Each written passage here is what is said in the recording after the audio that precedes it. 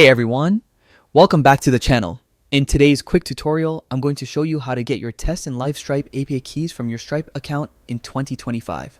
If you're looking to integrate Stripe into your applications, these keys are essential, so let's make this super simple. First, open up your web browser and head over to stripe.com. Once you're on the homepage, look to the top right corner and click Sign In. Enter your email and password linked to your Stripe account, then click Sign In again to access your dashboard. Now that you're in, head over to the home section of your dashboard. From there, navigate to the developers page. This is where all the technical settings live. On the developers page, click on API keys, and here you'll find both your test and live API keys. Remember, these keys are what your application uses to communicate with Stripe, so it's crucial to keep them secure, especially your live keys. When you're ready, simply click the copy button next to each key and store them safely, maybe in a password manager or another secure location. And that's it.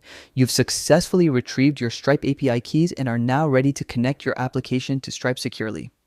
If you found this guide helpful, make sure to save this video for later. It's a lifesaver whenever you need a quick refresher. Thanks for watching, and I'll see you in the next one.